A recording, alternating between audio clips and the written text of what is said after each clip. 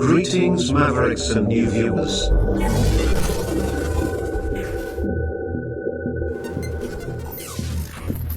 Tonight, direct and live from the Maverick News Network World Studios. This is Maverick News with Rick Walker.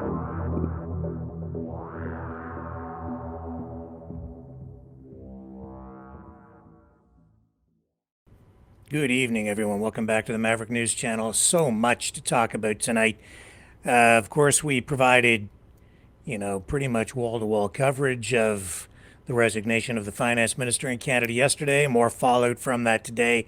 And now the new acting or current, whatever you want to call him, finance minister, Dominic LeBlanc, who also has been dealing in his other portfolio with border security, kind of combined all that today to address the incoming Trump administration's concerns about border security and the 25% tariffs all in one. So he's kind of the right guy for the job at the moment, I guess, because he's been juggling the other portfolio leading up to this. And now with the resignation of Chrystia Freeland, a news conference held today, they have a new border security plan that will address the Trump administration's concerns, or so we're told. We may talk a little bit about that tonight. Also, a major figure in the Russian military, a general, has been assassinated inside Russia in Moscow. We have footage of that, and we also have a special guest who will join us tonight. David Wiley will offer some expert analysis for us and tell us what all of that means. And he'll also explore some of the other issues geopolitically surrounding Russia, Ukraine, the United States, NATO, the whole enchiladas. So stay with me. There's lots to unpack tonight as we dig into the top news stories of the day. Someone very profoundly once said many years ago that if fascism ever comes to America, it'll come in the name of liberalism.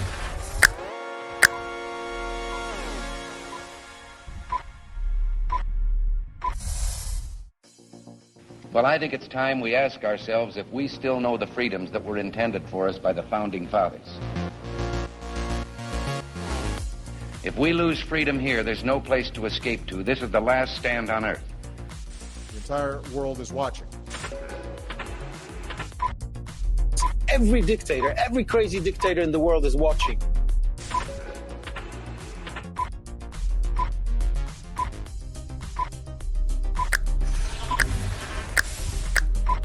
The world is watching. On TV, the entire world is watching. On social media. But the entire world is watching, and yes, they are seeing what we have apparently bravely been willing to say that others are thinking. Stand for freedom. Literally stand for freedom. Let's get this done. The entire world is watching. We're at war with the most dangerous enemy that has ever faced mankind in his long climb from the swamp to the stars.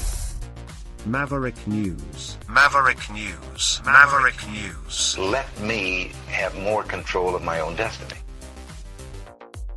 The world is watching.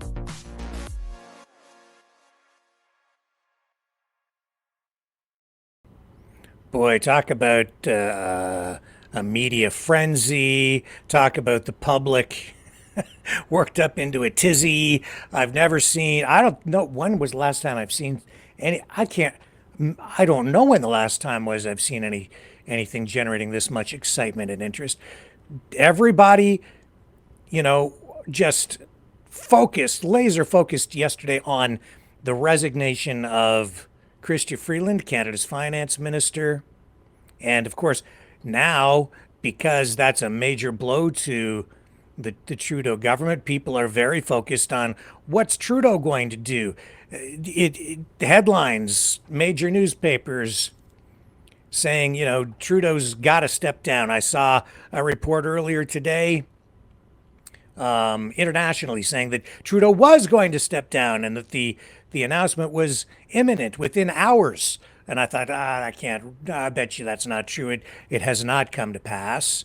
So that's why I didn't report that. But that's how much of a that's how much mania is out there. I mean, talk about Trudeau mania.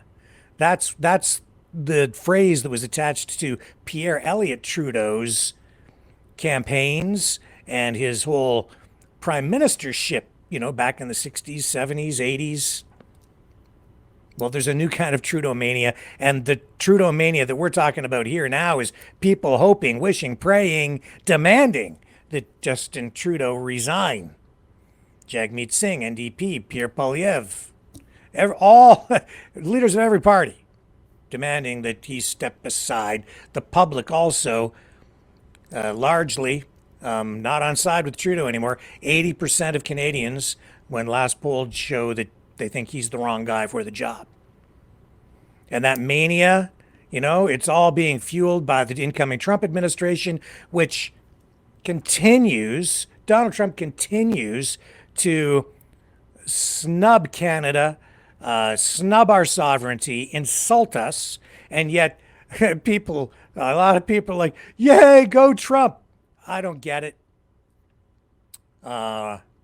He's demanding enhanced or better border security. Or else I'm going to impose a 25% tariff on everything. And he's threatening to do that anyway because he wants to renegotiate the USMCA trade deal between Canada, Mexico, and the United States. So that's part of the equation. And the Canadian government is responding. Premiers are responding. Every province is responding to Mr. Trump and his threats. Today, very short time ago, the federal government, under Dominic LeBlanc, the new finance minister, who I think took on that portfolio. I don't know if he really wanted it or not.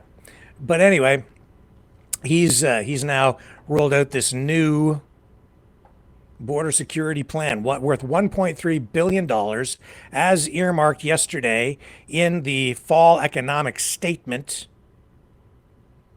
which, as the phrase goes now, blew through the guardrails where the former finance minister, Chrystia Freeland, had capped things at about 41 or 42 billion and was then pressured to increase that, and that's what happened, adding over $20 billion more. Now the deficit at nearly $62 billion, which is a Canadian record.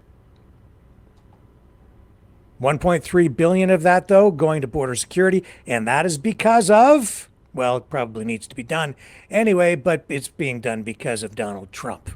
So if you're wondering why the money is being spent, it's because of Trump, and maybe out of necessity, but also it's not clear at this point exactly how that money is going to be spent. Nevertheless, here's the news conference.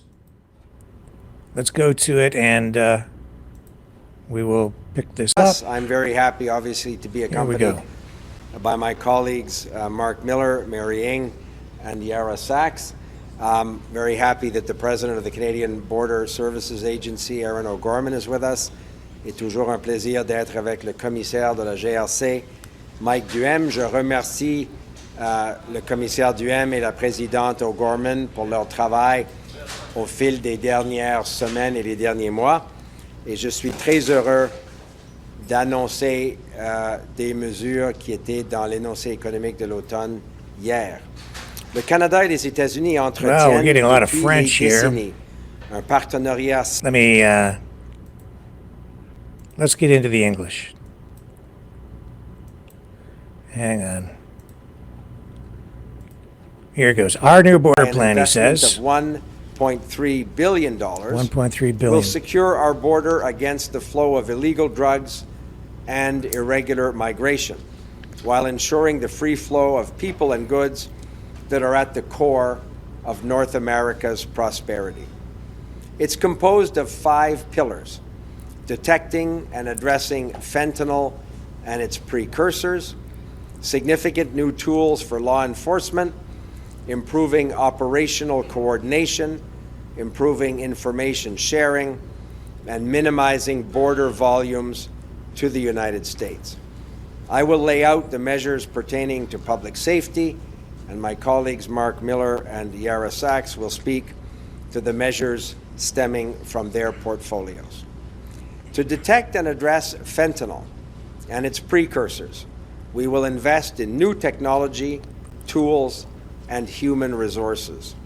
Our investments will enable the Canada Border Services Agency to deploy new chemical detection, imaging, and artificial intelligence-powered tools, as well as new canine teams to better detect illegal drugs at ports of entry.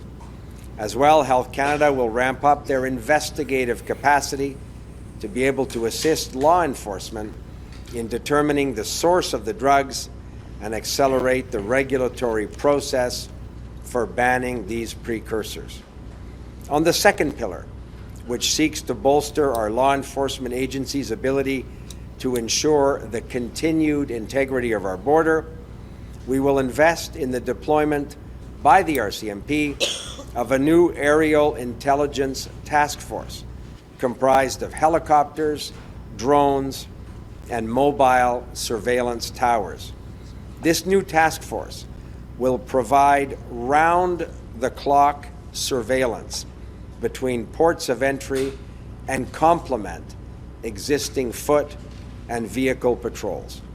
In addition, in the fall economic statement, we're proposing to expand the Canada Border Services Agency's mandate to allow border officers to legislatively inspect exports the same way they do imports, but enabling us to crack down on the domestic production and export of illegal drugs like fentanyl. In carrying out their mandate, the CBSA and the RCMP interact daily, and literally daily. The Commissioner and the President of CBSA talked to me about ongoing daily interactions with their American law enforcement partners. That operational cooperation is incredibly important, and we're always looking at ways to deepen that collaboration. That was the essence of my preliminary conversation with Tom Homan, the incoming border czar in the Trump administration. We discussed the importance of strengthening and deepening that operational collaboration. It's good for the taxpayers in the two countries, but it's also good for the public security of both countries as well.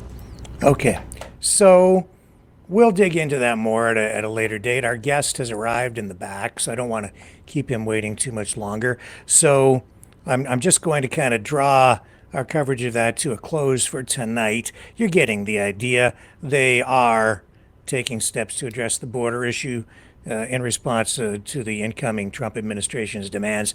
And with regard to Chrystia Freeland, now former finance minister who resigned yesterday, people are rejoicing because Freeland is gone. Freeland is gone. It's like ding dong, the witch is dead or something. For those of you who are not big fans of the Liberal government, fine. But people are very confused. They think that she's like gone. She's not gone. She's just stepped down as finance minister. People keep sending me these messages. So many people are confused. She's not in cabinet now. Trudeau offered, I'm just explaining this for all the people who are confused. She was offered another position within cabinet. She stated in her letter of resignation yesterday that she doesn't feel she has the confidence of the Prime Minister anymore. So she has resigned as finance minister. She declined the other position within cabinet. So she's out of cabinet, but she still has a job. And I'm being sent videos from streamers who clearly don't have any idea how things work, who think that she's now out of work or something and she's going to get a job at the World Economic Forum or whatever. No, she still has a job. She's still a sitting member of Parliament. All right? So she's still pulling down probably well over 100 G's. She just isn't going to be paid as finance minister anymore. All right. She represents the riding of University Rosedale, one of the more significant ridings in the Greater Toronto area, the GTA. She's not gone. She's still a member of the party. She's still a sitting MP. Even if Trudeau kicked her out of the party, she could still sit as an independent member of parliament. She's not gone. And she's not looking for work. I told you yesterday, she'll hang on. She will end up probably running in the upcoming leadership convention because it's so clear, it's plain as day. As I've been telling everybody for the past year, Trudeau's days are numbered. The pressure today is so intense. He is virtually being forced to resign by people within his own party. As you saw through the windows yesterday, as cameras were shooting through the windows as he was meeting with caucus members, sort of trying to be secret about it, couldn't hear what they were saying, but they were clearly unhappy. He's on the way out. He will stick around he won't resign over Christmas. He'll take his walk in the snow like his father did decades ago to make a decision. You wait and see. He was born on Christmas Day. He'll use that somehow, I bet you. He was born on Christmas Day with a silver spoon in his mouth, and he was anointed, but he's now done. The pressure within the party is mounting. He will make the announcement after Christmas, or maybe even during Christmas, as his father did decades ago. History.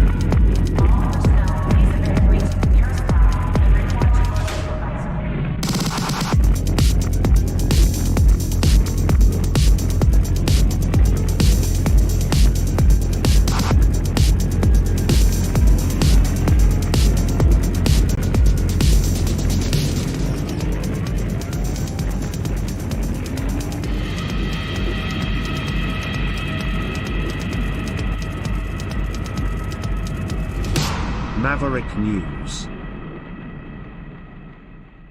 The world is what.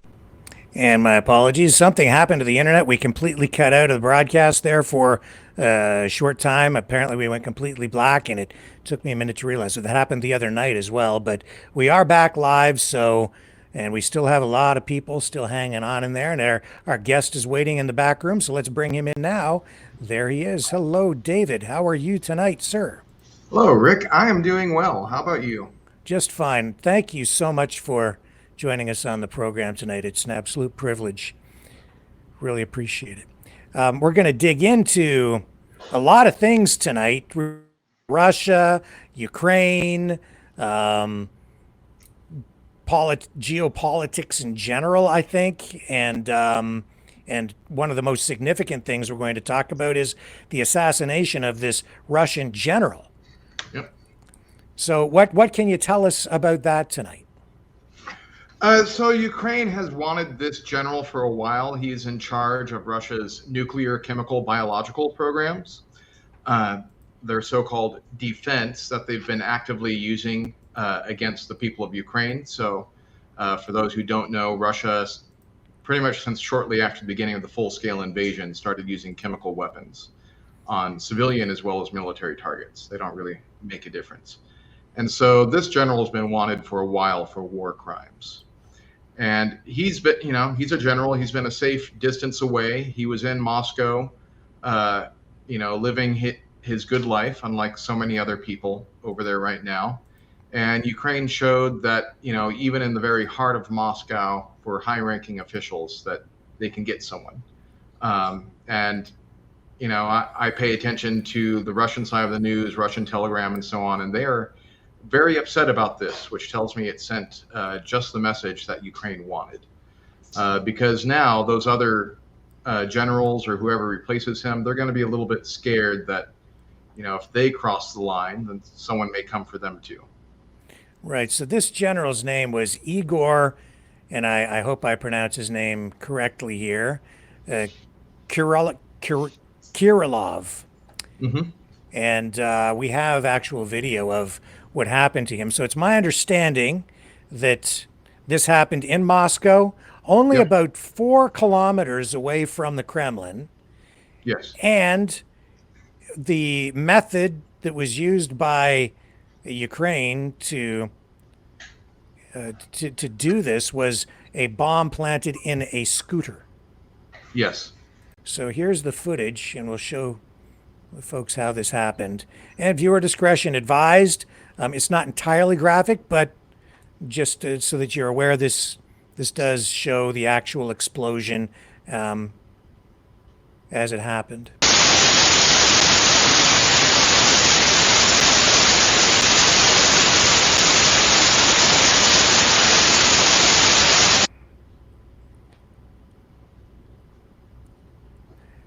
What is actually amazing here is that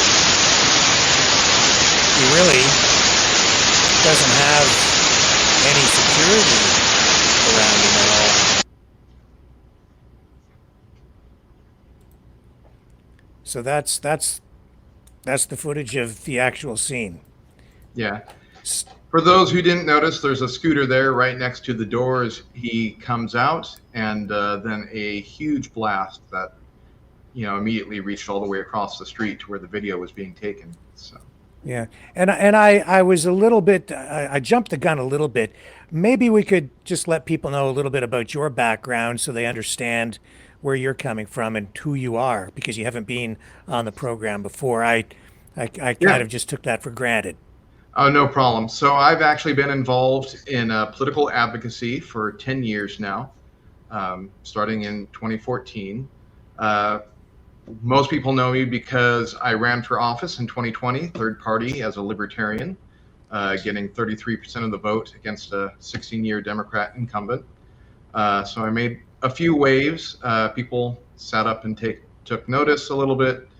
But in 2022, when I was running a second time, the full-scale invasion happened. And to me, this was very alarming. And I personally got involved helping people I knew who wanted to go over there and volunteer. That quickly died down. And then afterwards, I found that there was an interest in people wanting to know how they could advocate for themselves politically, with Americans saying, hey, this is how we feel about the issue. We want to make ourselves heard. And so for the last couple of years, I've been active with one organization, Ukraine Defense Support, as a political advocacy coordinator, helping people reach out to their representatives and senators and let them know that, Americans really do care about what's going on in the world. We want to live in a world of peace and not have the world torn up by another series of wars. Since then, I've also become a coalition engagement lead, kind of broadening this beyond just the Ukraine issue. Because there's a lot more at stake than just Ukraine. Some people aren't too aware of it, but hopefully in the news now, people are more aware that Russia, has been stirring things up in Syria. They're behind the unrest in Georgia. There recently was so much involvement in the Romanian elections that the courts threw the elections out and are basically doing it all over again. So Russia has been engaged in what's called hybrid warfare. They don't really see a difference between actively shooting people and the information war, right? To them, it's all the same. So they use information against their enemies, and they use bullets and violence against their enemies. And they're very much involved in that. And that's happening here in the US. People need to realize they treat us very much as an enemy. And while they're not shooting at us right now, thankfully, it is full on with the information warfare from Russia. Everyone, whether you realize it or not, has already been subject to it here in the US because Russian information warfare is pervasive. You do not escape it. You are hearing their lies repeated from one voice to another to another. And, you know, they've been at it for a long time. I know a lot of people say, I often hear, oh, but CIA. I realize this is a game that Russia has been involved in long before we even started up the CIA as a counter move to the KGB. So, yeah, they are by far better at it, and we need to be aware that this is not just an idle game. Russia's not sitting back and ignoring us. Yes, well, it's becoming very apparent to me that they are engaging in this in highly sophisticated ways, using a combination of technology through social media and even psychological manipulation. It's extremely effective, and it's not just that; it's also the way they're using money. I understand just that they've invested just in the last few years like $45 billion on information warfare. Is that an accurate assessment, or am I seeing things incorrectly? No, if anything, it's a lot more. That's just what we know about. And definitely for sure, it's more than that. Russia has a lot of covert money streams. It's not just taxes. Estimated 20% of the Russian government budget is estimated to come from criminal activities, largely in Africa and other places, smuggling gold and platinum. And they fund a lot of activities covertly using that, often changing it into cryptocurrency so it's not tracked. And they're buying a lot of people who don't even know that they're bought, for that matter. And what do you mean by that, when people who don't know they've been bought? Oh, so recently, for those who aren't aware, there was the U.S. federal government indicted Tenet Media. The heads of that company were knowingly working with Russia, but they were paying YouTube personalities and other media people indirectly to spread Russia's message for them, right? So those people may or may not have been aware, but without a doubt, Russia was paying for content and it was getting delivered the way they wanted, right? So what you're saying is if a streamer was producing content that echoed Russian information or propaganda, either because the streamer believed in it or just because they were repeating what they were told, or if they were being fed the information, any of those things, they would funnel money to people who were doing things like that. Correct. Yeah. So, and while those people might have a certain organic reach on their own, in certain cases, Russia was paying $100,000 a month to a particular YouTuber to increase their reach and elevate their name and their content because it was very pro-Russia and anti-Ukraine. I see. So they would like dump money into like a YouTube or a Facebook account and boost it and take other measures to kind of send traffic to it to elevate it in the algorithms to get it a higher profile. Is that kind of what they were doing? More than that, they were giving money to Tenet Media, and then this media company was promoting these individuals, all of the normal ways that you do media promotion. And so it looked kind of normal until you asked, well, where's all this money coming from, right? How does someone who does a moderate amount of YouTube videos get this much money? Yeah. And then when that was revealed, the Russian I noticed that the Russian information machine got cranked up right away, and you could start to pick out the people who were on the Russian side because they were all saying, this is all BS. Yep. Oh yeah. Right. And to pivot back to today's assassination of this Russian general, I've seen the Russian information machine cranked up today as well, with some of these pro-Russian streamers out there saying that this was illegal. This was an act of terrorism, echoing what we're seeing on Sputnik and RT, and then taking it even to whole new levels, saying that it's the Ukrainian government's a criminal regime, that the United States is also to blame, and because they're backing an illegitimate criminal government engaged in international terrorism. And in my view, that in fact, the first media report that I received from someone who sent it to me asserted exactly that this was some sort of act of terrorism. And I was like, what do you mean it's an act of terrorism?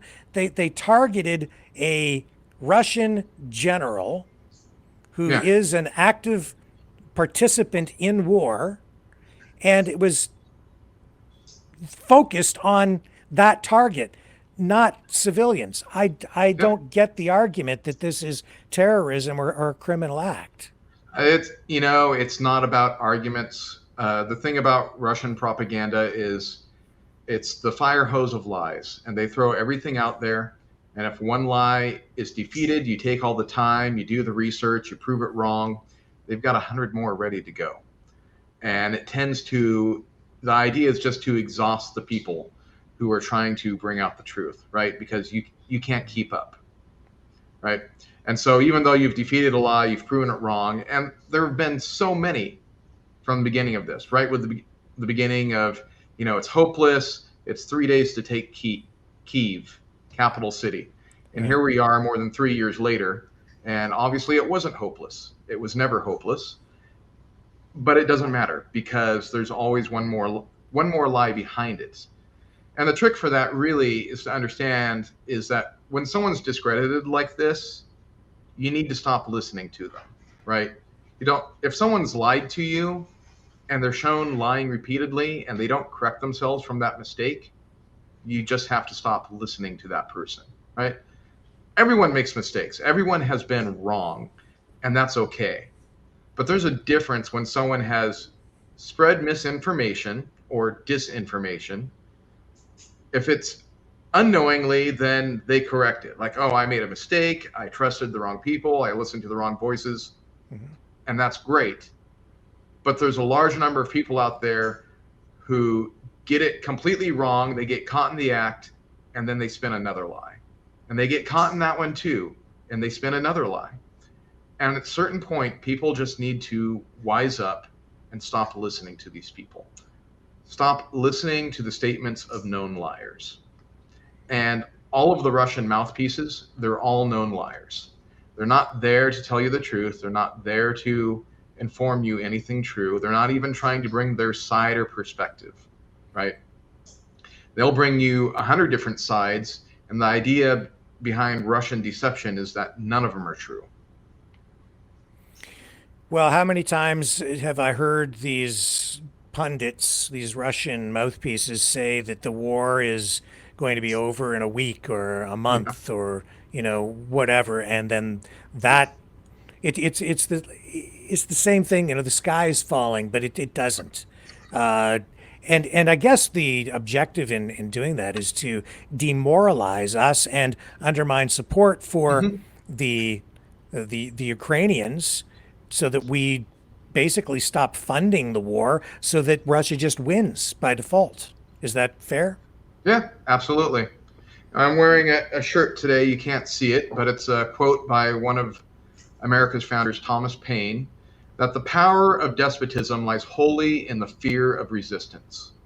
And that's what Russia is trying to spread all over, one way or another. Be afraid of us, be afraid of us, be afraid of us. People believed before this full-scale invasion that Russia is unstoppable. They're the second greatest military in the world. And they're choking on a nation that is a quarter the size of theirs, right? Fully over 80% of the Russian military is committed in Ukraine, and they are not winning, right? This is a 3-year slog. They are grinding to a standstill. Now I track maps where, okay, Russia's advancing in Russia. Like, wait, you're advancing in Russia? What happened to, this great victory that now we're tracking Russia advancing inside Russia, right? So it's ludicrous, but they've managed to spin for 3 years that Russian victory is inevitable and it's imminent, and, you're going to get it just now because of this. And the Russian narrative always seems to be that they are the victim, that they're the ones facing the existential threat, right? And yet it seems like Vladimir Putin has been the author of this, of his own destiny, because by invading Ukraine, he now actually does have Ukrainian troops on his own soil, that which never would have happened if he had not invaded to begin with. What's your take on that? Oh, absolutely. Ukraine is, it's a smaller country. They've never invaded anyone in their history. They've never had the aspirations. Ukraine used to be the third largest nuclear power in the world in the early 90s. And they voluntarily disarmed, right? Because during the collapse of the Soviet Union, they wanted to pursue wealth and prosperity instead of war. And, that's an admirable thing. That's one of the reasons why I personally support Ukraine, is because of the importance of nuclear non-proliferation. I do not want to live in a world where every dictator, every national leader feels the need to have nuclear weapons in order to defend their country, because that's a very dangerous world where any madman can set off a nuclear war. And it's bad enough with Russia using chemical weapons and other, nonstop violations of Geneva war crimes. But that has to be deterred. I believe personally that, we need to be supporting Ukraine materially. I do not want to see American troops in there. I think we need to hold that back as a nuclear deterrent. America will stay out personally until you get nukes involved. But we're going to, per our treaty agreements, secure Ukraine against assault from other nuclear powers. So we will send them the weapons they need. And honestly, one of the things I've spoken with congressmen and others, like, this does not need to cost as much as it is. The U.S. has huge military inventories. We have lots of stuff just sitting in deserts, gathering rust that can be turned over and used. And a lot of what Ukraine is using, it's not, very little of it is current military equipment. It's mostly old Cold War stocks. Yeah. And what most people don't realize, a little dirty trick, is that half of military spending, and it's a lot, they just passed a military budget of $900 billion for this next year, half of that goes to maintenance. Fully half. Just keeping our inventories up. And one of the number one threats the USA faces, one of the number one reasons we have those inventories, is Russia, right? They are one of the main threats to America that we're prepared to counter. So send the equipment to Ukraine, let them fight Russia, and then we don't ever have to, right? Then we can even draw down our military as the Russian military is destroyed. We can reduce our spending, we can focus on other things. That's not quite the message that a lot of them like to hear in DC, but it certainly helps with some to see that, okay, yeah, there is another way of doing this.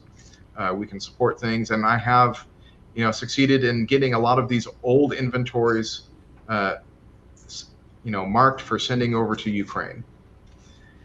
And, one of my proud accomplishments that I've worked there is that, the U.S. has a lot of this old ordnance, and 99% of the cost of a missile is in scrapping it, because it's hazardous material and it's dangerous work.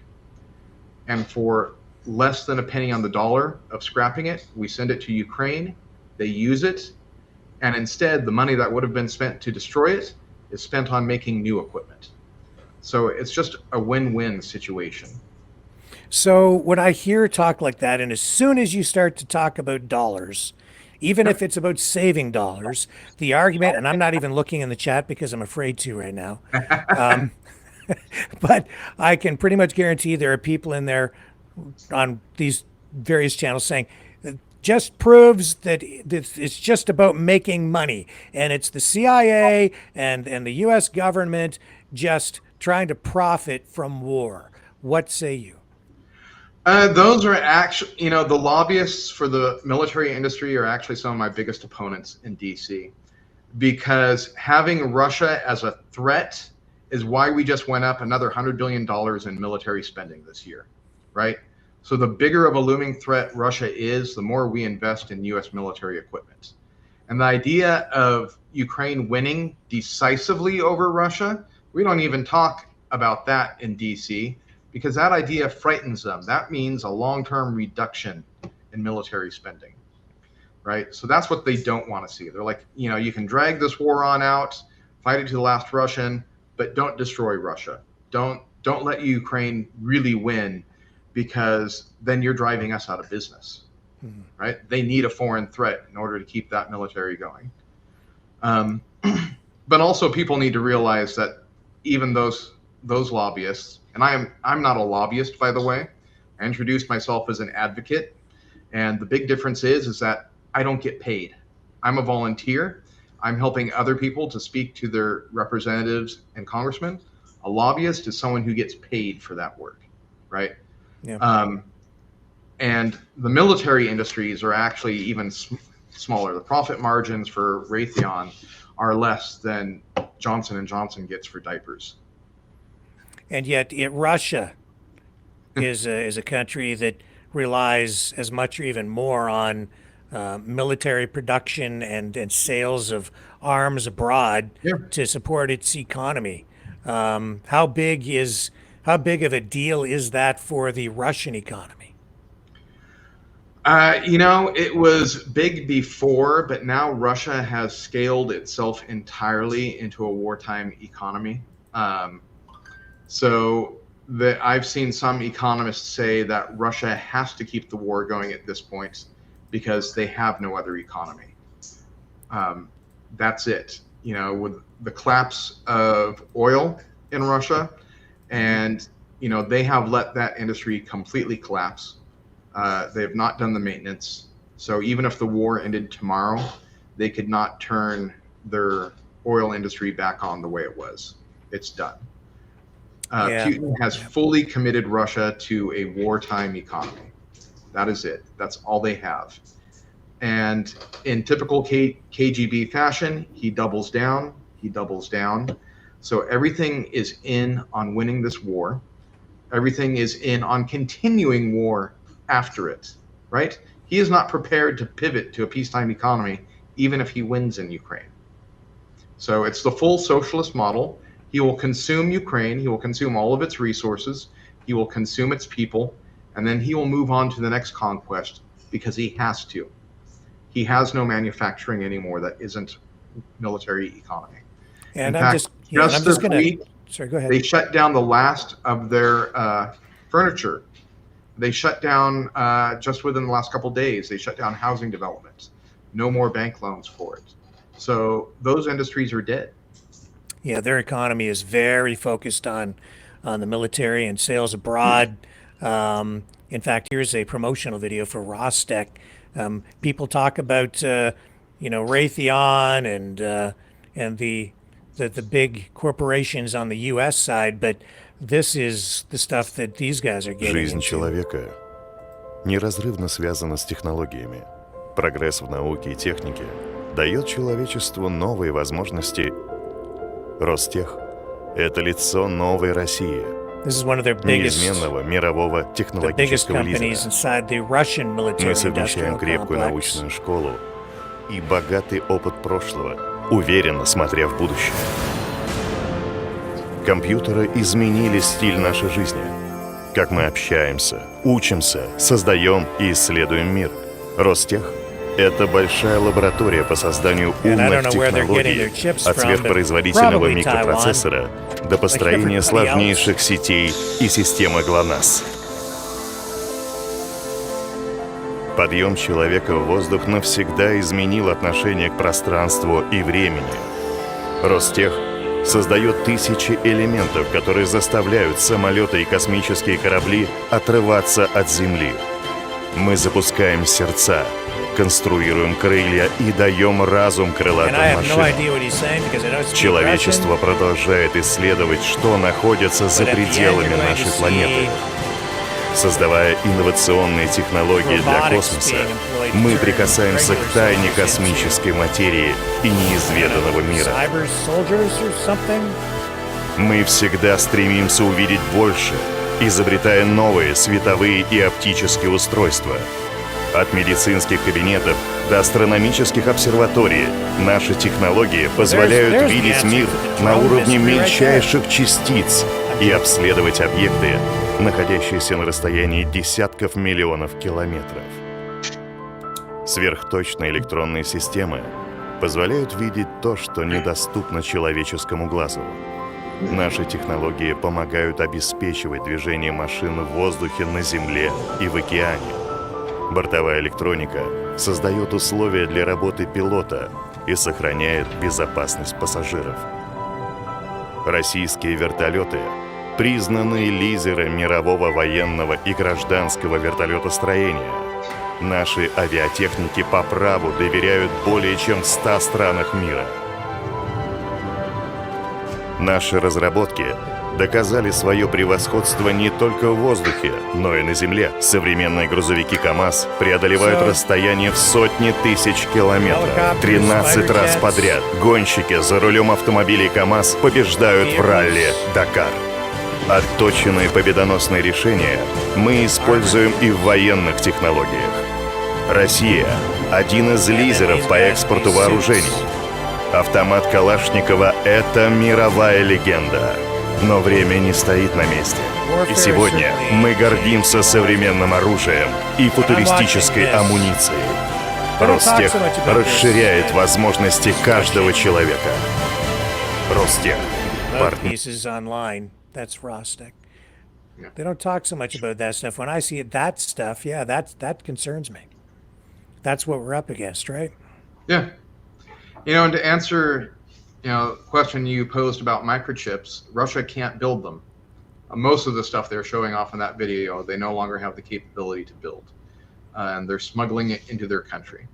So a lot of it's actually American components, because people don't realize how global logistics works. So microchips that we made 5 years ago are sitting in warehouses in Thailand and India, and Russia sends shell companies to go buy them and have them sent through Central Asia on up to Russia, to avoid sanctions. Right. This is what drives me crazy over here, is when I hear people echoing the Russian talking points, which is all about everything is our fault. It's always the CIA to blame, and behind every problem. But they never question what Russia is doing. There's no balance in the narrative that they're absorbing. People are caught in this giant echo chamber, this information echo chamber. Absolutely, yeah. I was talking a little bit about the KGB, which has now rebranded itself the FSB, but it's the same people, same organization, same methods.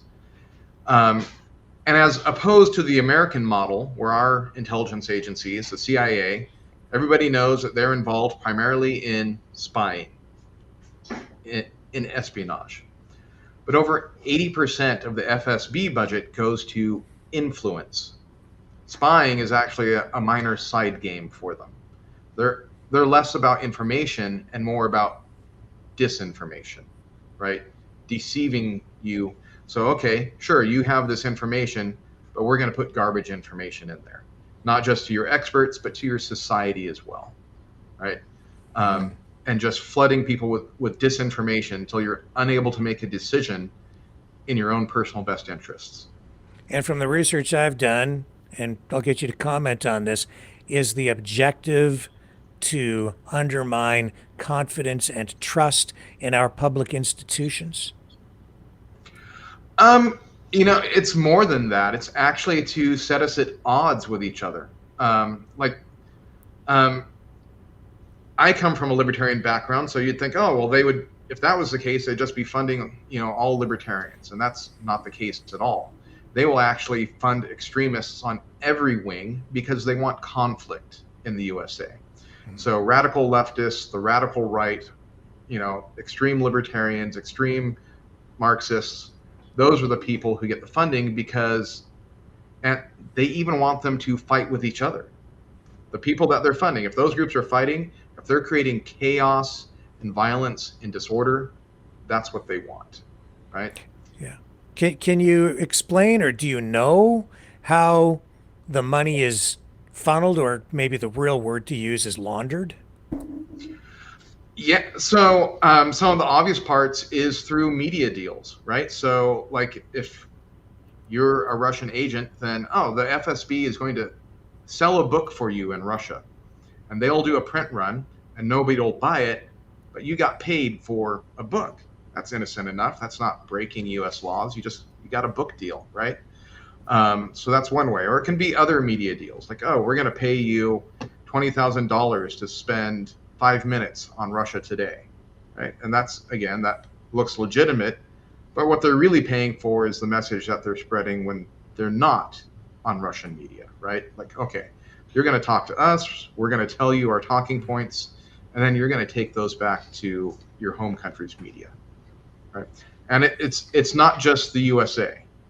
So it's all around the world, Europe and the USA, even Canada in particular.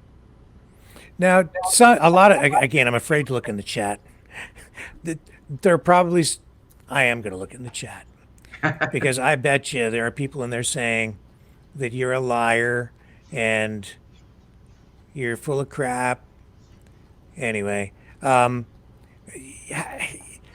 it is about lies. It is about disinformation, misinformation, and it goes back to and we'll pivot back again to this general who was just assassinated.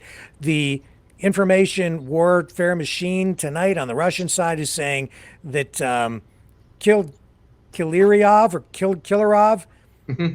He is the guy who was exposing the U.S.-funded biolabs in Ukraine, and that's why he was assassinated, because the incoming Trump administration needs to have a clean slate, and they want him executed so that that's taken care of before Trump takes office on the 20th. I've looked into those claims of biolabs, and they're exaggerated at best and just straight up lies at worst, because every country has biolabs of some kind, and the references made to these biolabs are accurate, but it's what was going on in those biolabs that was important. And the research I've done indicates that they were basically there for medical research, not for the development of military bioweapons. What would be your response to these media reports tonight about this guy here being the general who has exposed, what's the caption say, a network of more than 30 biological biolaboratories in Ukraine? So this is public information. You can look it up. It goes way back. Those biolabs were actually built by the Soviet Union, right? Those 30 biolabs. And after the collapse of the Soviet Union, the concern by the US government in the 90s, right? And this was a very real concern. It's like, okay, where we had one enemy, the USSR, now we've got 15 different states. We don't know what they're doing. Many of them have nuclear, biological, chemical weapons capabilities. So the US government made a deal with Ukraine. They also gave it to Belarus and I think some other countries that, look, we know you're poor after the collapse of this. We want to make sure you're not building biological weapons. We're going to give you some money if you let us come into these labs and audit them. And those audits are public record. You can look them up to show that they really are biolabs, because a biolab is completely different from a bioweapons lab. You need completely different equipment in there, right? So you need one set of equipment to do blood tests, if you're checking for coronavirus or whatever it is. And you need a different set of equipment if you're containing a lethal pathogen and trying to weaponize it in aerosol and so on. Completely different sets of equipment in your lab facility. And so we go in there once a year and say, yep, this is regular biological lab equipment.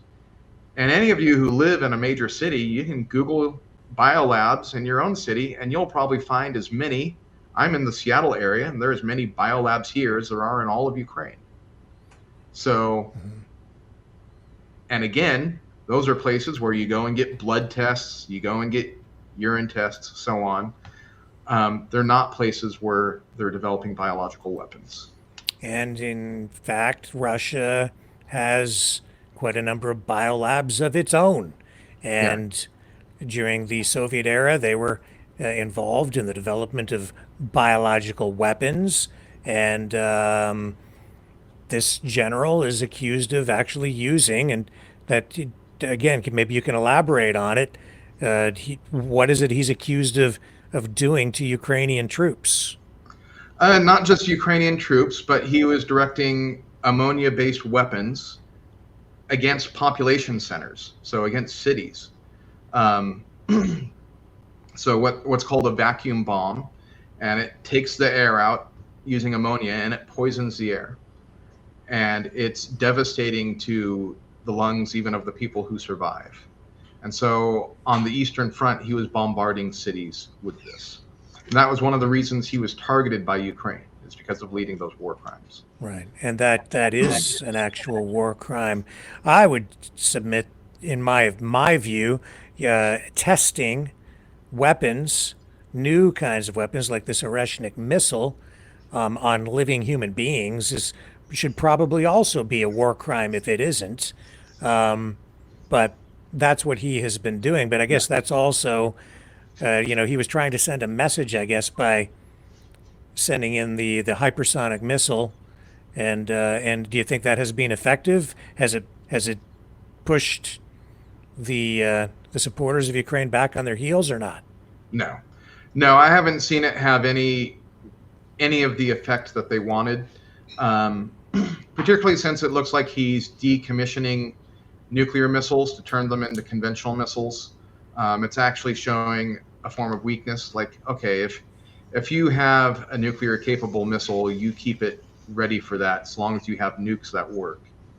And that's the big question, because it's not believed that Russia actually has that many functional strategic nukes. They have lots of smaller tactical nukes, which are a threat to Ukraine, but not to the U.S. For the U.S., we worry about the strategic nukes, the big ones that are put on ICBMs. And Russia backed out of what's called the START Treaty. This was where both countries agreed to limit the number of, nuclear-ready missiles we had. But before that, because both sides could audit each other, and these audits are public report, you can go in, look them up, Russia did not have the maximum number of missiles that were allowed under the START Treaty because their warheads were shown to be decaying in obvious ways. Nuclear weapons material can degrade very easily, actually, if it's not protected. Because I have an engineering background and biology background, so this is some of it, but basically it's not just enough to have uranium. That doesn't make it nuclear grade uranium. You have to take those molecules, and it's basically like racking up cue balls for pool, right? So that when you hit one, it causes a chain reaction to all the others. If you just have a bunch of cue balls spread around your pool table, you're not going to get an explosive reaction. So you've got to rack them up. And if you get a little bit of water in there, it splits them all up. And American auditors were going in there and finding, these moisture seals have failed. So you no longer have weapons grade uranium on this missile. That was actually believed to be one of the main reasons they may have backed out of the treaty. Wasn't because they're making more, but because they wanted to hide how few they had that still worked. You mentioned the START Treaty, but I also hear references made to other treaties, and on the pro-Russian side, the narrative is always that, the United States pulled out of this treaty, it pulled out of that treaty. But if you go back and if you really research it, there are always reasons why the United States has pulled out of these nuclear arms treaties. Donald Trump pulled out of a treaty when he was president the last time, and that was because the Russians were refusing to allow inspections to verify. So he said, well, it's not something that we can be part of then. So that's why the United States pulled out. But you never hear that other side of the story. Yeah, and you know what? If you don't want to abide by a treaty, the honorable thing to do is to back out of it, to give formal notice, so on. It's like a business contract, right? In any world of business. But look at Russia. They invaded Ukraine. Well, more recently, they've broken Minsk 1, Minsk 2, which is ceasefire agreements. They never held them for a day. But those only matter because they broke a series of peace treaties with Ukraine they had before that. So, treaties with Russia are only as good as you have the military power to deter them on your side. That's what everybody's taking away from this Ukraine invasion, right? And it's something we need to be aware of as well. So, and the option to me is, I do not want to get into another arms race.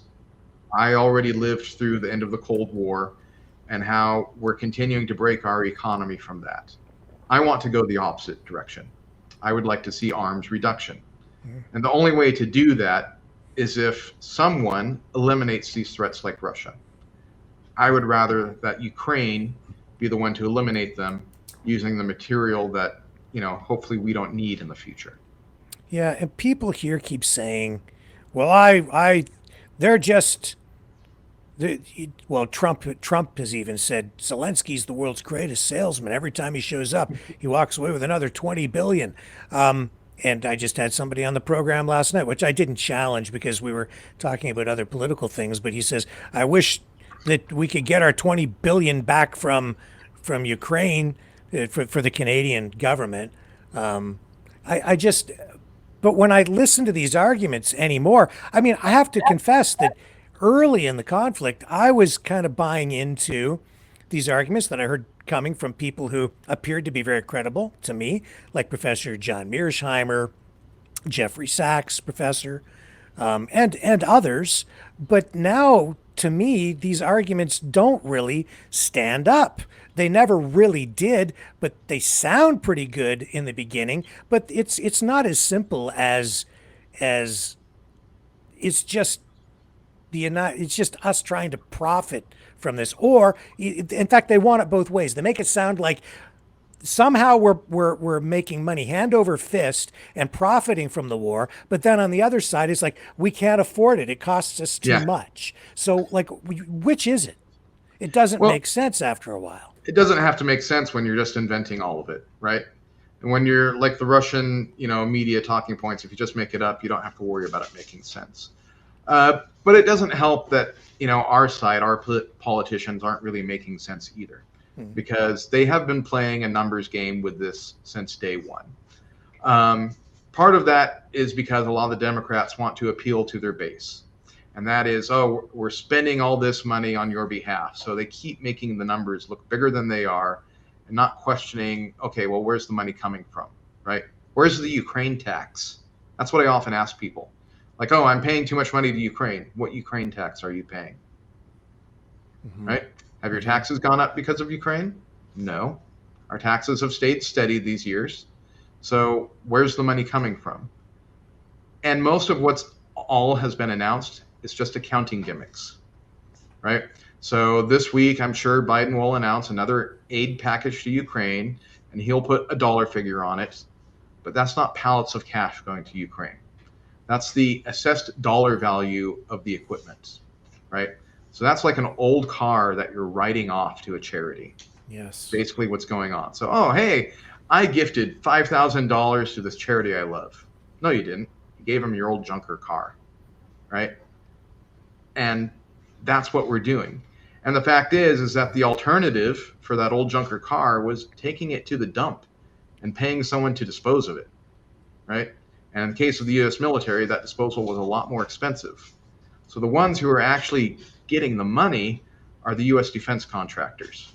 They're getting the money to replace what they would have gotten for scrapping equipment to make new equipment, which is still, at least we're getting new stuff. I would rather see a reduction in what we're spending, but if we can't do that, at least give me the new stuff for the price of just throwing the old stuff away. That's why, and I've just reached the end of my rope with RFK Jr.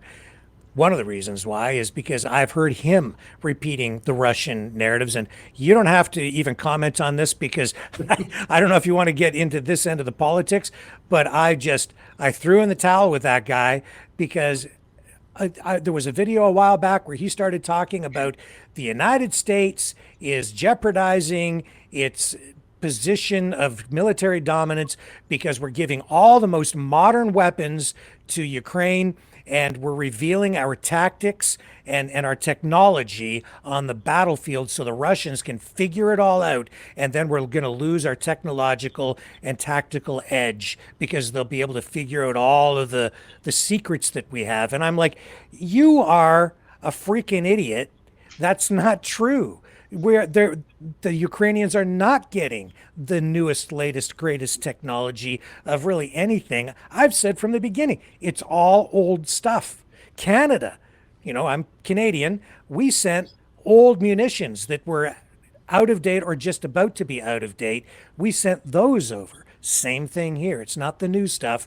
It's the old stuff that goes first. And as you said, it's then replaced with new manufacturing, and then we get new stuff to replace it. So the Ukrainians are doing us a favor by using up the old stock, which we get they're on the hook for it financially, ultimately, in the end, is what we're told.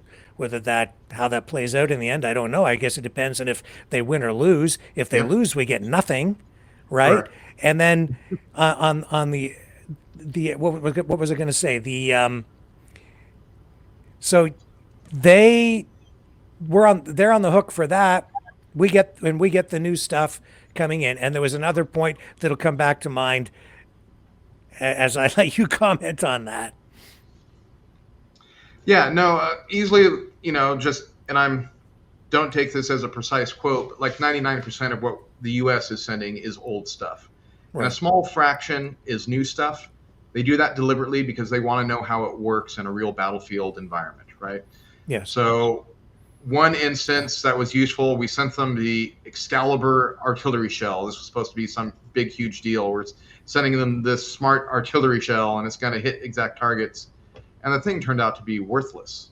Russian electronic warfare jammed it, and they just landed as duds, right? Mm-hmm. But that's actually a good thing to know, because you do not want to get into a live war battle with this ammunition and then find out it doesn't work. So, multi-$100 million program, and by sending a few of them to Ukraine, we find out, okay, this was maybe not a good idea.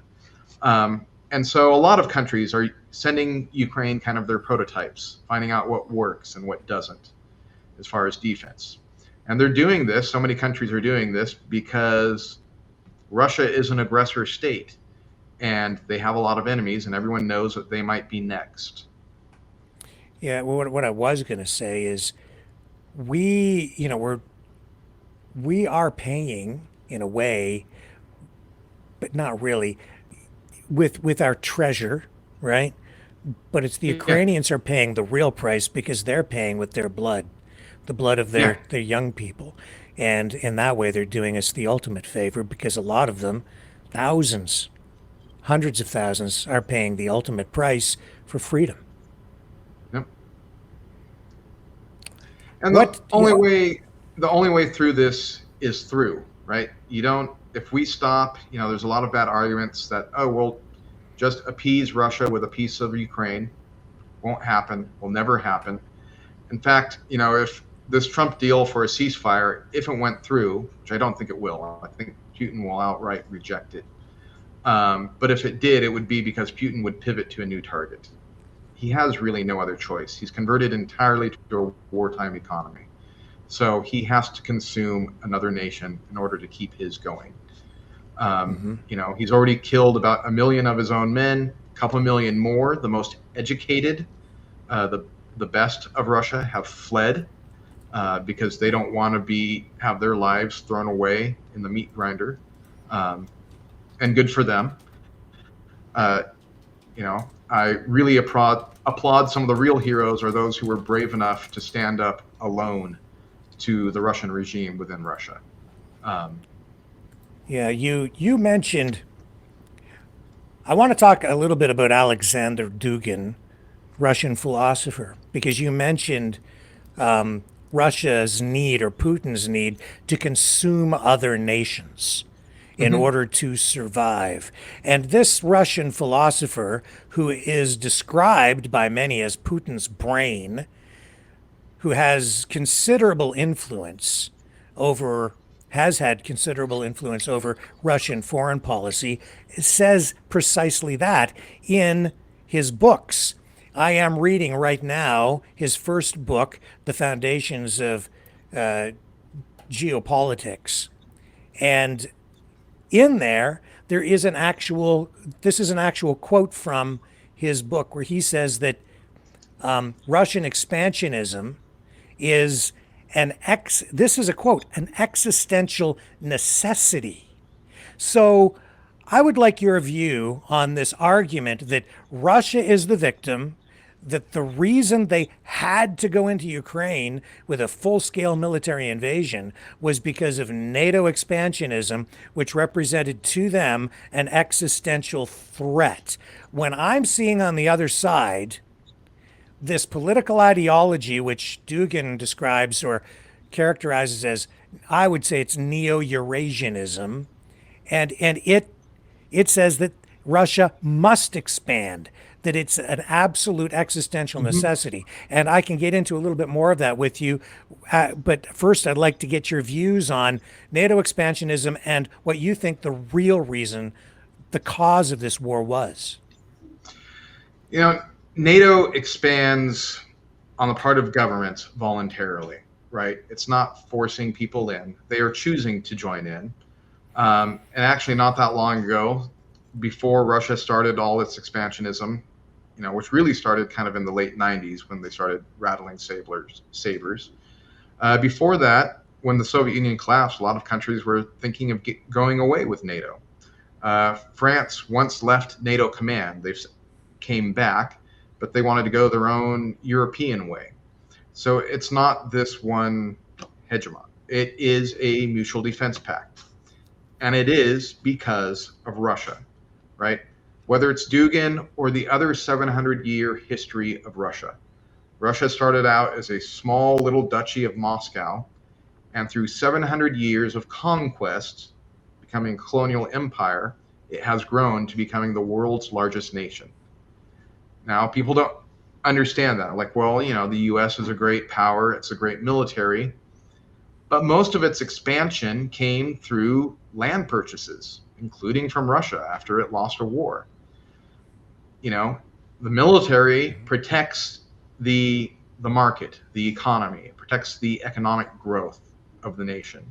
And as much as America is an empire, it's an economic empire, and it needs to protect trade to be that empire.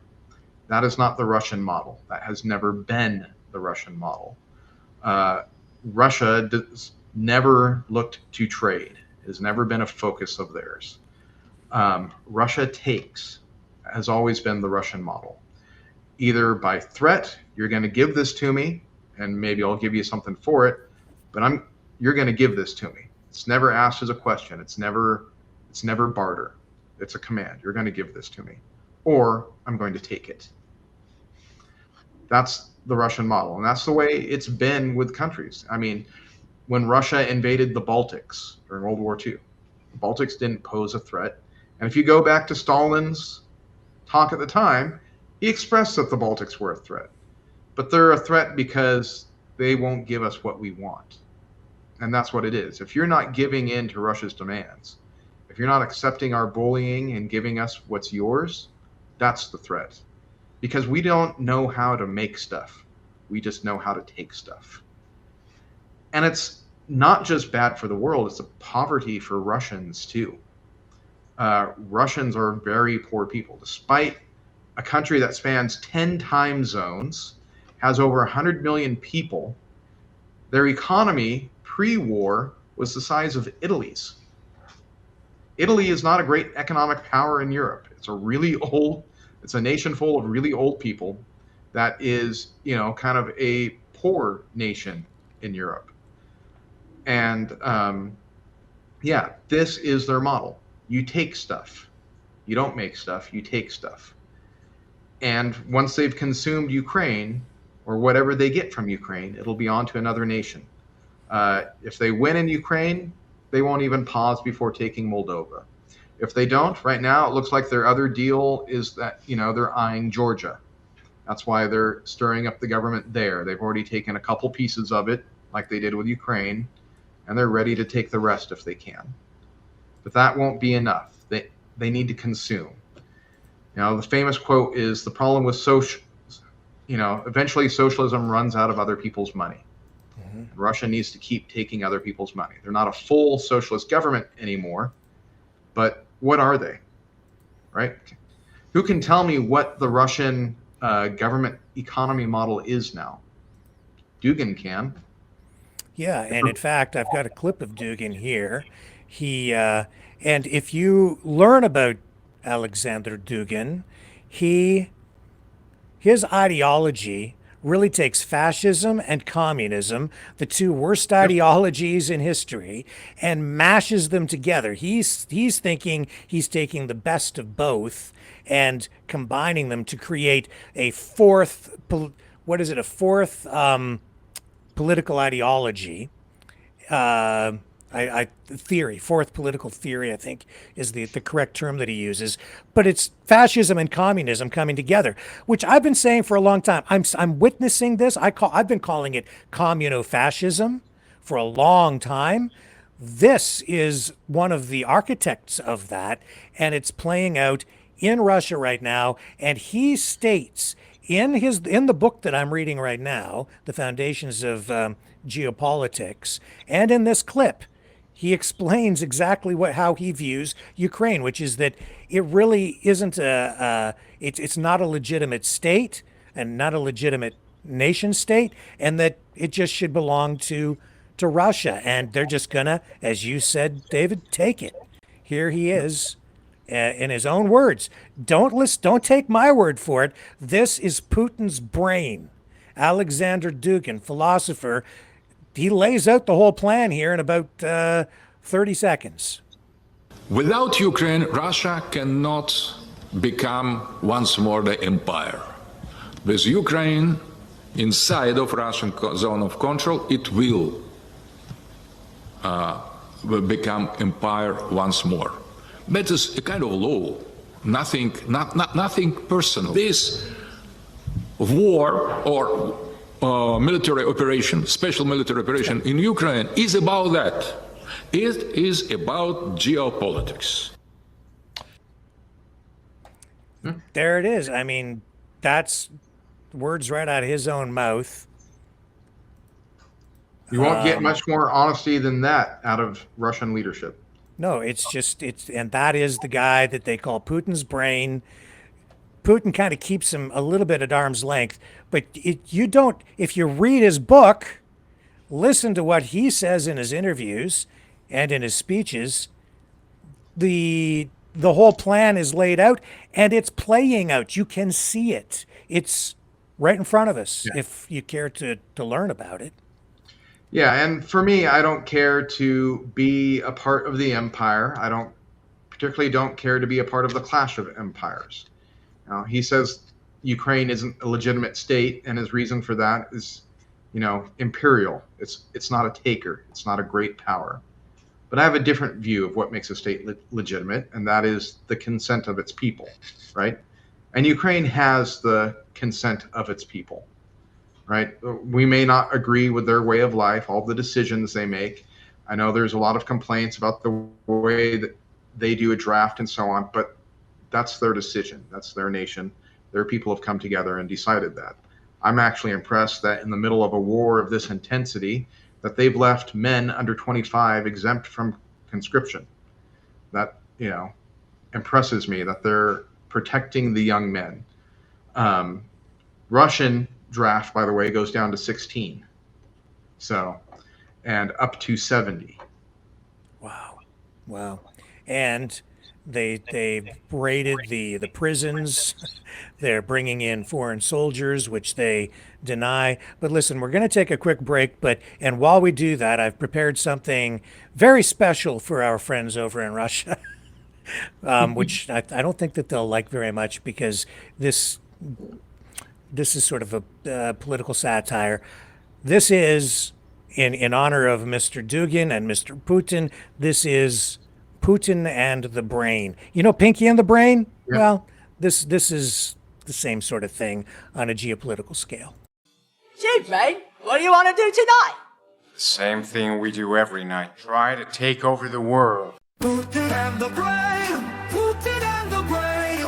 One is a genius, they're both insane. Plotting every night to spread the dark domain. It's Putin and the brain, brain, brain, brain.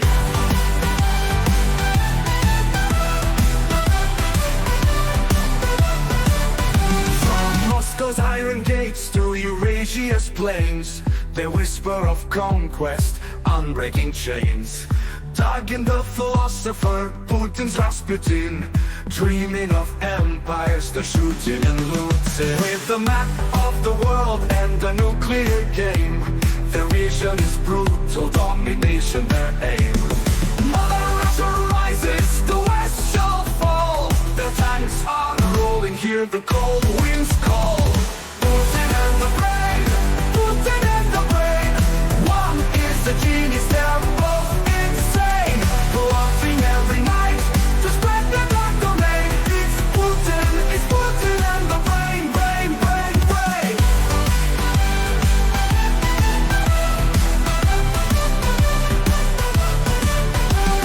Threaten the world, cries the brain with a plan. Through chaos and war, we'll rule every land. Putin nods gravely, his eyes cold and grim. Occult power, terror will kill every Ukrainian. Our philosopher's rhetoric, a Tsar's heavy fist. Spinning dark dreams, no freedom can resist. Through the Baltics, the Black Sea, the Arctic cold crowd, our empire will rise as the rest fall down. With missiles poised and a chilling refrain, obey us or perish, their echoing claim. From Siberia's tundra to Europe's halls, they scheme and they threaten to liberty's stalls. Putin and the brain, Putin and the brain. One is a genius, they're both insane. Plotting every night to spread the dark domain. It's Putin and the brain, brain, brain, brain.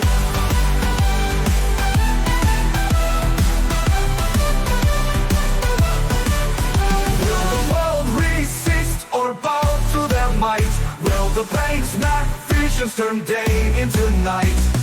One thing is certain, the quest not to main. Beware the duo Putin and the brain.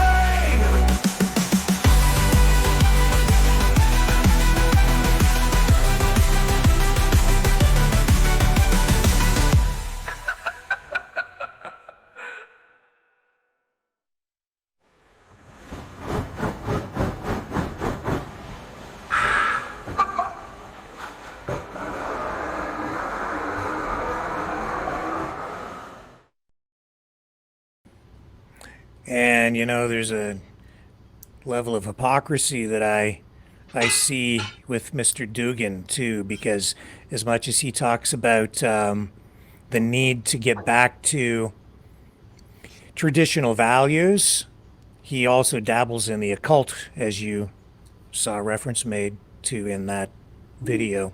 Throw it over to you for a comment, David. I don't know. The video kind of speaks for itself, but you know, it's not just Dugin. It's not just now. This is kind of the sad, long history of Russia.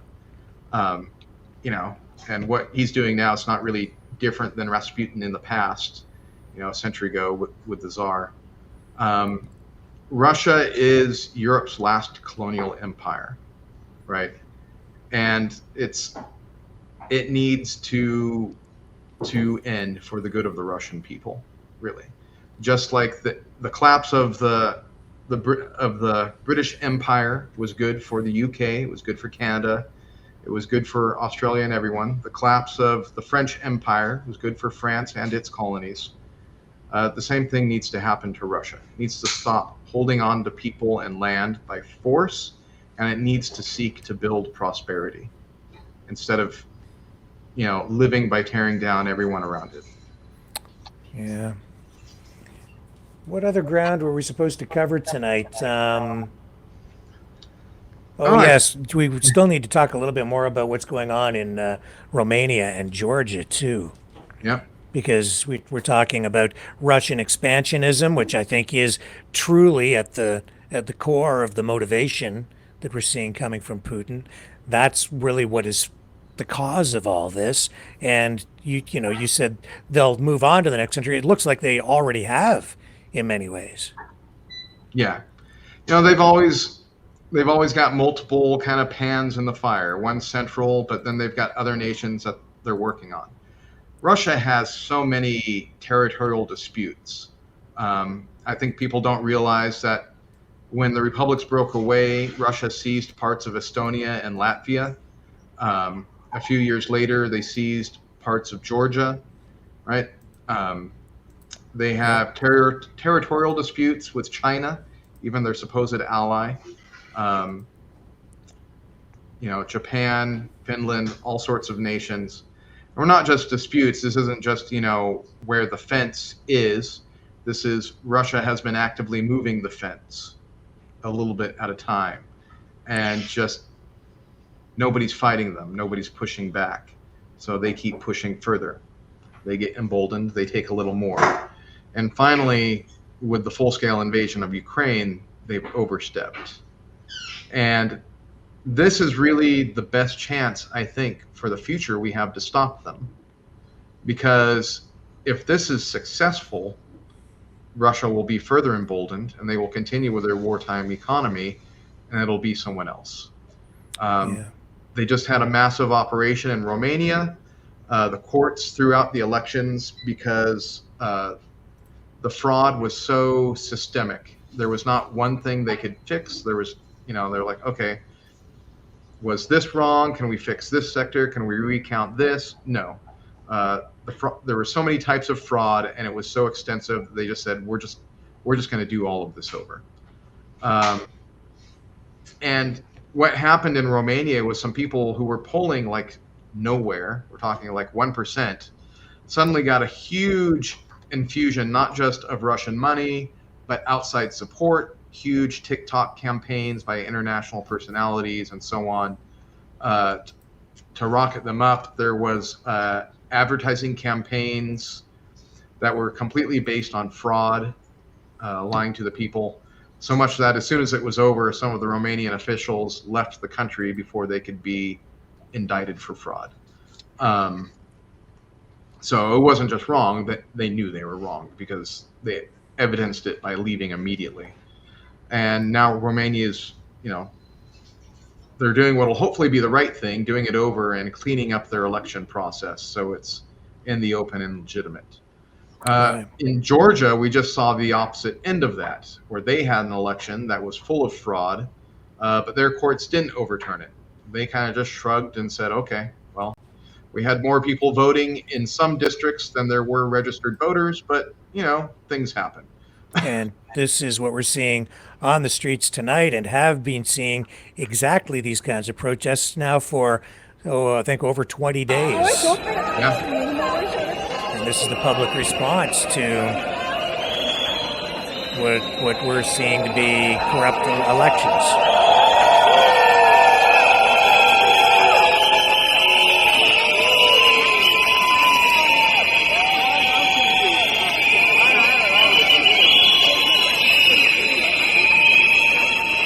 And this, again, is because the people want to, they're really looking for more integration into the EU rather than having more ties to Russia. They want to pivot away from that, which is exactly what happened in Ukraine. Is this basically Ukraine 2.0 playing out? It really is. The difference here is the timing. And people need to realize Georgia's a little country. I don't know it offhand how many it is, but it's just a few million people. So they have no chance really to stand up to Russia normally. And they didn't back in 2008 when Russia took a couple bites out of Georgia. But now Russia is so absorbed in losing this war in Ukraine that they can't even keep a small country like Georgia under threat. So the people are rising up. They're of a nation that's just a few million people. There are hundreds of thousands of people coming out protesting. So you're looking to upwards of 10% of the nation is protesting and shutting things down. This is not some little protest. It's not a few people. It's not a fringe minority by any concept of it. And yeah. And you this, know, sorry, go ahead. I was going to say, and you know, the Russian-aligned Georgia Dream, they've responded with violence, a lot of violence, but they've just been overwhelmed by the number of protesters. So we'll see what happens, whether they'll up the violence and whether they'll have to fight back like the Ukrainian protesters did, or you know, if they'll stand down and let there be free, fair, and open elections. Yeah, and the I mean, just yesterday, Vladimir Putin held his, what they referred to it as his annual news conference, and I did watch some of it, and he was just repeating the same, you know, NATO expansionism. This is my red line. The United States keeps crossing it. It's the U.S. and the EU. They're really the ones attacking us. The same whole thing, and he also repeated the. You know, the line that Ukraine was really overthrown in a coup d'etat in 2014. I want your take on that too. It's kind of interesting because Russian propaganda has you believing that anytime the people stand up or democracy works, it's a coup, and that the only real legitimate government are these authoritarian dictators, like Bashir Assad, right? Like his strongman in Belarus, the one, or his one in Kazakhstan. These dictators, that's real leadership. And when people want democracy, that's a coup. You know, the coup for Russian propaganda just means the will of the people, right? So what happened in Ukraine, the reason the president fled the country was impeachment. That's not a coup. It's not an armed insurrection. In fact, he was the one who led violence. There was a huge protest, again, to be part of Europe, to leave the Russian sphere of control. They like to use the fascist term sphere of influence. You'll hear that a lot, and that comes directly from, you know, the fascist doctrine of World War II, USSR and Nazi Germany carving up their spheres of influence. But no, people wanted to escape that. Their Congress said, okay, you've gotten too violent, you've broken the law, we're going to impeach you. And he fled to Russia.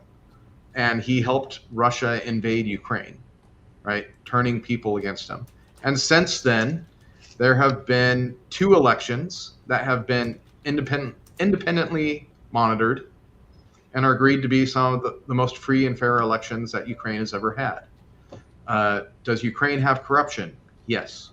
Every country has corruption. My home state here of Washington State has corruption. Corruption kind of goes hand in hand with government to some degree, but the most corrupt country by almost any measure is Russia, and they corrupt all the countries near them.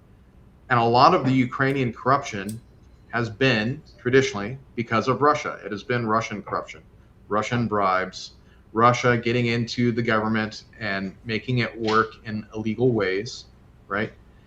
And as Ukraine gets rid of the Russian influence, they are becoming less corrupt, more open government, more democratic, listening to the will of the people more. And that is a good thing. Unfortunately, they're paying a very heavy price. But I hope that we can enable them that price that's being paid with the sacrifice of lives, Ukrainian as well as international volunteers. I hope that they are able to buy freedom. And it would be a shame if we, because of unreasoning fear or because a belief that we will save money, turn those sacrifices in vain, right? And it's a false belief that we will save money, because there's no way a rising Russian war threat saves us money in the long run. Yes, and, you know, speaking of corruption, in 2014, as I recall, the EU was offering Ukraine a financial aid package because they were in financial distress. Russia had a counter proposal that was on the table. The recording of Victoria Nuland with, what was his name? Victor Pyatt, was it? That is a recording that is released and is being used by the pro-Russian side. But when I've looked into it, they're adding context to have you take it out of context. The U.S. government was there. Yes, they were like the EU. Well, they were part of the EU, kind of making a sales pitch to let's Ukraine. be clear. By there, it was Victoria Nuland, right? So it's Right. not. Russia wants to portray that we had all these secret CIA troops on the ground, and there's nothing like that. Right. So they were preparing to make their pitch for the economic aid package, and they were talking about who the players were and who might help them kind of put their proposal out there. That's what they were talking about. As you know, here's our proposal, and the one of the key points in the EU proposal, which was a much smaller economic aid package, but in order for Ukraine to qualify, the EU said, and the United States was part of this, they had to deal with issues of corruption. Otherwise, they wouldn't be allowed to integrate more with the European Union, and there wouldn't be a bailout package. I remember that. So this is how. But again, David, and maybe you have views on this, but as all of this was playing out, and even before that, I think one of the reasons that we ended up in this war is because you had Russian oligarchs who had financial control over a large portion, the vast majority of the resources, the assets inside Ukraine, and they didn't want to let that go. It's about the money.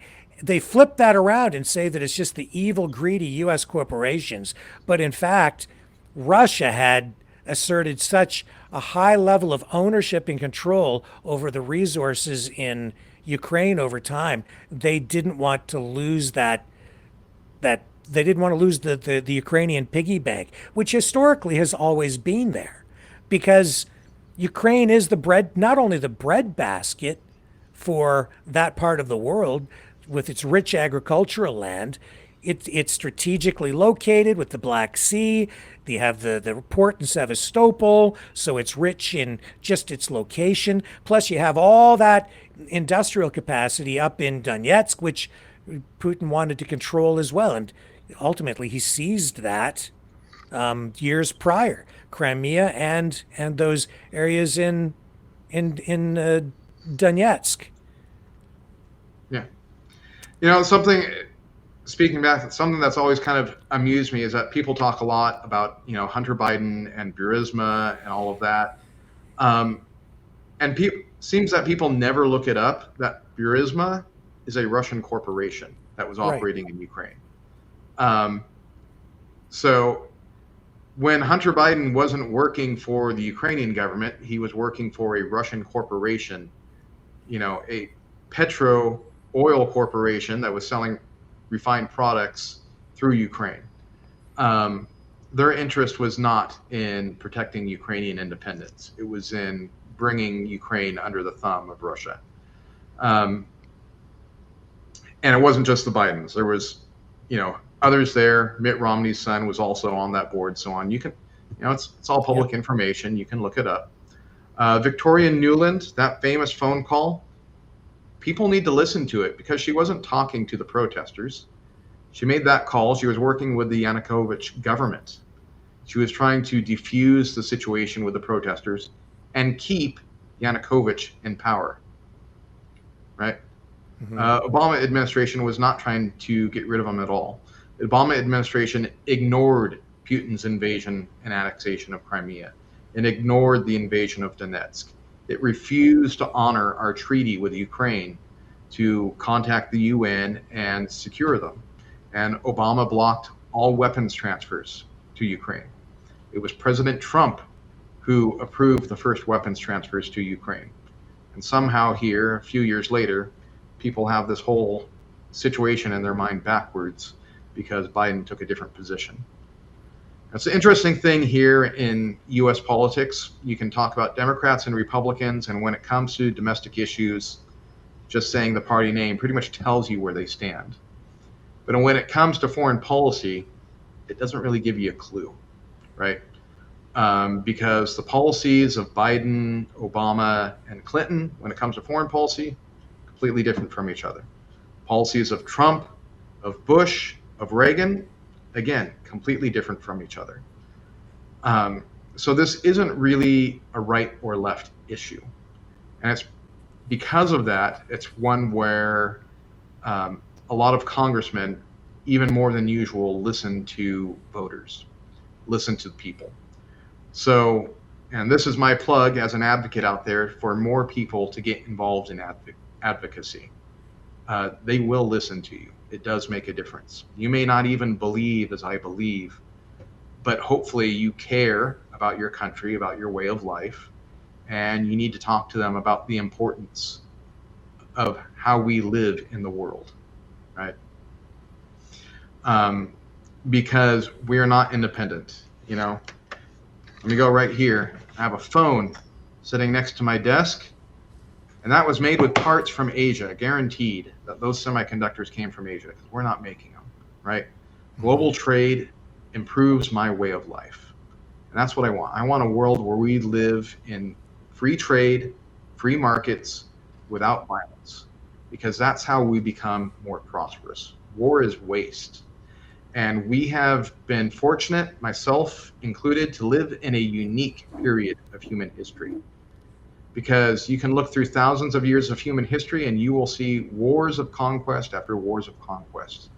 People's lives upended and prosperity ruined. And since the end of World War II, we've lived in a unique age of relative peace. Not without war, but without the large-scale wars of conquest that destroy everything. And that's what's different now. That's why this is really important, because Russia is starting up the old wars of conquest. That's their old model of survival. And we should refuse to go back to that dark period of human history. Whatever you believe, whatever your political ideology is, let's leave that one in the dustbin. Let's move forward. Let's try to all prosper together. Great words. And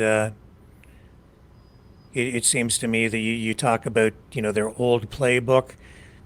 They're using those same old tactics in order to bring in what I say. They're the ones trying to bring in the New World Order with BRICS and an assault on Western economies, trying to challenge that, destabilize it, undermine it all. And in that way, I see them actually rebuilding walls. Years after the fall of the Berlin Wall, I see Vladimir Putin building a wall of bricks, through bricks and through these acts of aggression.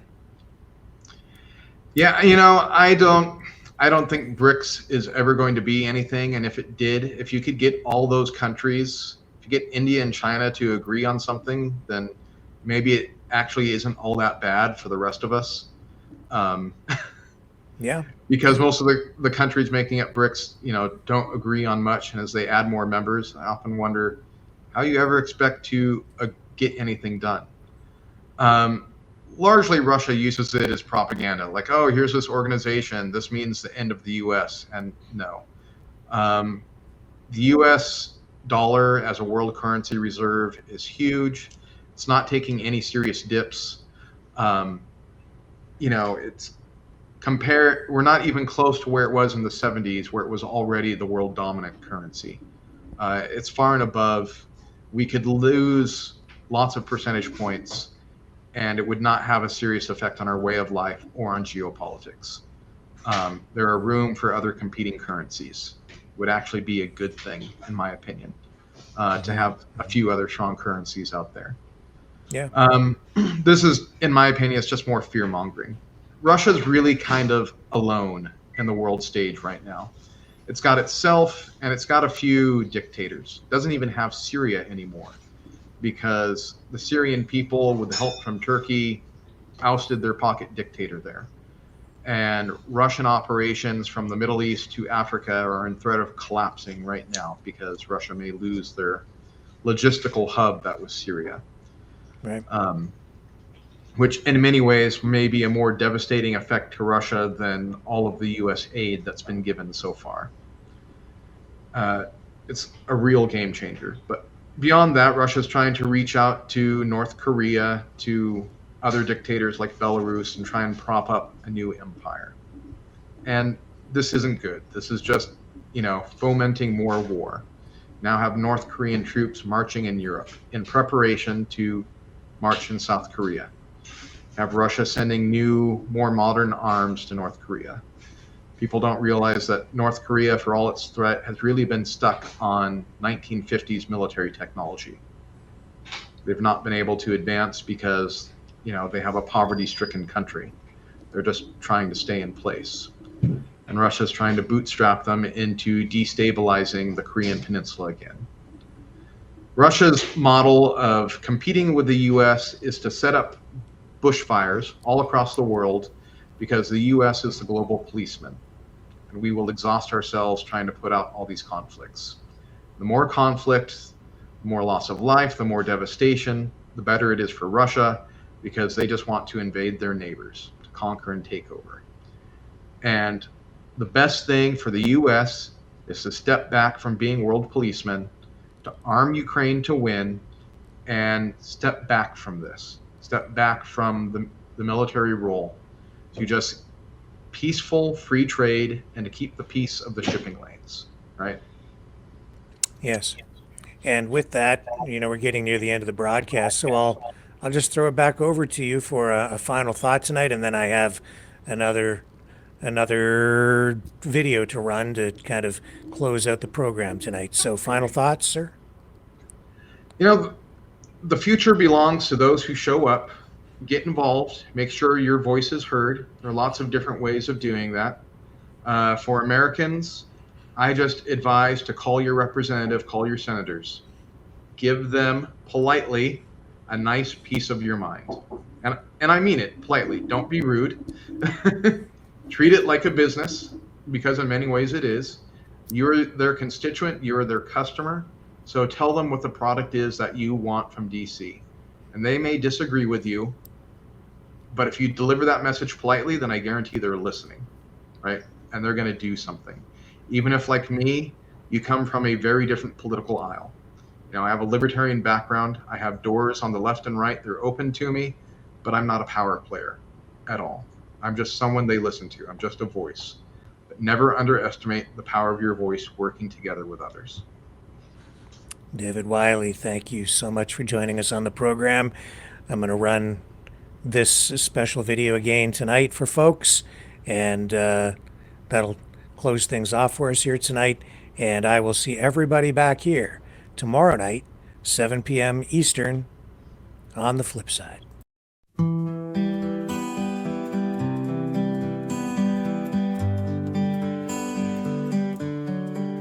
We watched the old wall crumble, we heard the freedom's call, but now it's rising higher under Putin's shadowed thrall. From Ukraine's fields to Moscow's streets, a cold divide begins to creep. A world of fear where truth is bent, promises are sold too cheap. All in all, it's just another brick in the wall. All in all, we're calling Putin's fall. We don't need their blind instruction, we've seen the lies unfold. All in all, it's just another brick in the wall. He speaks of glory of days long past, where all would kneel before his cast. With tanks and threats he stakes his claim, while silencing those who dare to blame. Propaganda clouds the mind, we don't need no education, blind to the bloodshed and the strife, where Putin's dreams cut deep like knives. Can't you hear the children cry? Can't you see the tanks roll by? In Putin's world where truth is broken, we're just pawns and the lies unspoken. A wall of fear, a wall of light, where freedom fades into the night. We stand upon the edge once more as Cold War ghosts return to life. They tell us not to question, to walk in shadowed lines. But we've seen the fall, we felt the cold, we know the weight of all their crimes. Ukraine's cries, a world denied, a broken bridge that's left behind. Putin's quest for power's throne, they're building walls we can't condone. All in all, it's just another brick in the wall. All in all, we're trapped within this flow. We don't need their false direction, we see through the stories they've sold. All in all, it's just another brick in the wall. So if we rise, if we resist, we break the walls they built like fists. For in our hearts where hope is strong, there's strength to fight against the wrong. But if we fall, if we concede, remember what the future needs. All in all, it's just another brick in the wall.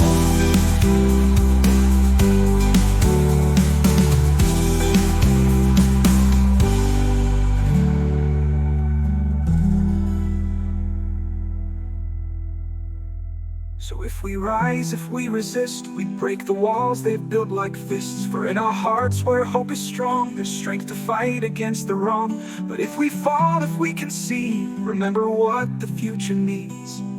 All in all, it's just another brick in the wall.